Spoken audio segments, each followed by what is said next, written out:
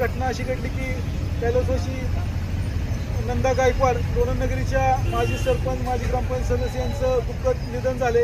त्यांना त्या ठिकाणी ही घटना घडल्यामुळे त्यांना या ठिकाणी दौरा कॅन्सल करण्यात आला।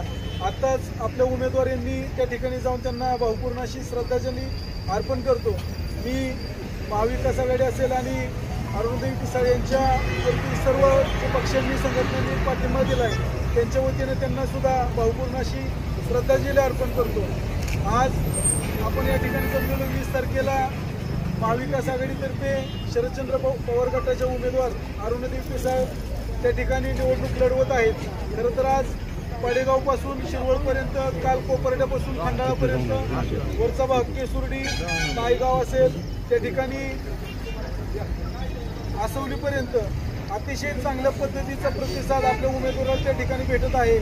आमदारांनी 15 वर्षात केलेली निष्क्रियतेला कंटाळून लोक आपल्या उमेदवारावरती भरभरून असा उत्स्फूर्त प्रतिसाद त्या ठिकाणी देत आहे।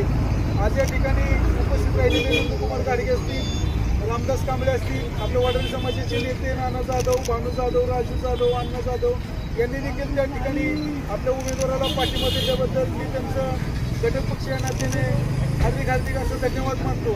आणि 20 तारखेला सर्वांनी कुठल्या आमिषाला बळी न पडता आता तिन्ही भाऊभावांची अवस्था अशी झाली, काल खंडाळची सभा झाली 500-700 पुढच्या माणसं 100 ते 150। आज वॉटर कॉलनी फाट्यावरती सभा माणसं 43 ते 44 आमदारांच्या सही।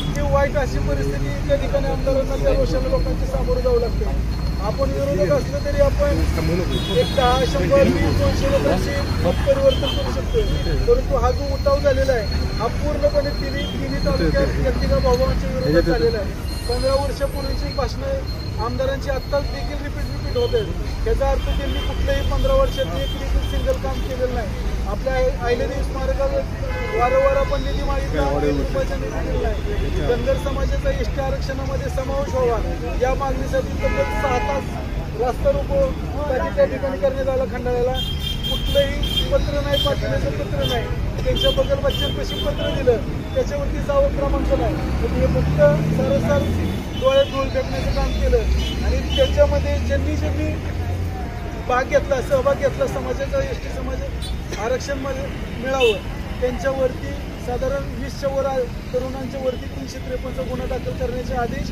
हे मकरंद पाटलांनीच केले असं मी ठामपणे सांगतो। कारण त्याचे साक्षीदार आपले काही समाज बांधव आहेत, त्यांच्या देखत त्यांच्या संबंधितांना फोन आला तर काम झालं का, संबंधित मला काम एकदम व्यवस्थित झालेलं आहे। वकील आहेत का सचिन धायगुडे वकील आहे ना, बरोबर, त्यांनी असतील, हरीश धायगुडे वकील असतील, असे वैभव धायगुडे वकील असतील, अशा असंख्य समाज बांधवांच्या वकिलांनी प्रयत्न केल्यामुळं त्या ठिकाणी आपल्या त्या तरुणांना 4 ते 5 दिवसानंतर जामीन झाला।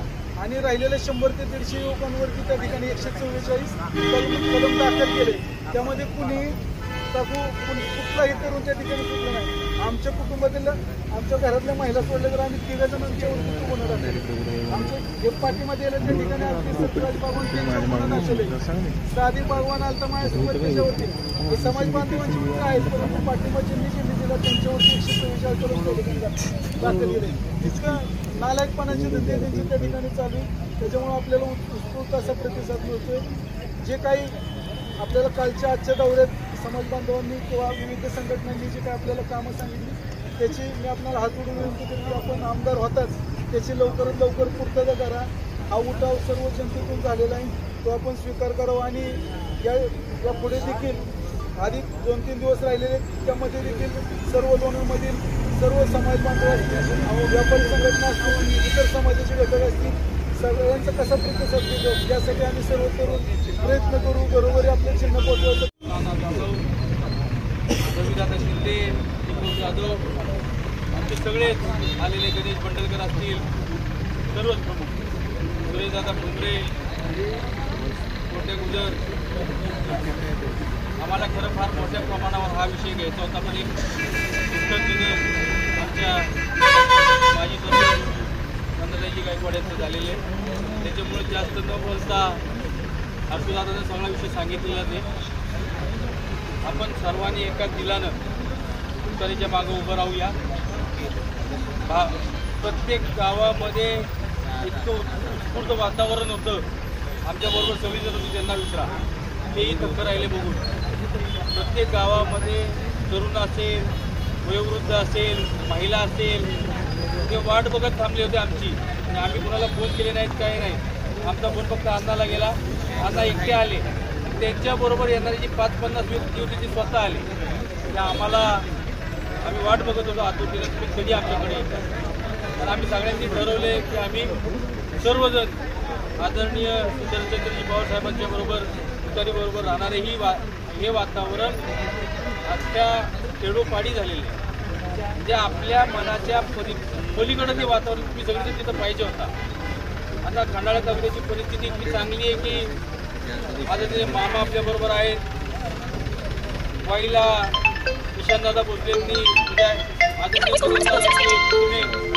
पाठिंबा दिलेला आहे. सगळ्यांनी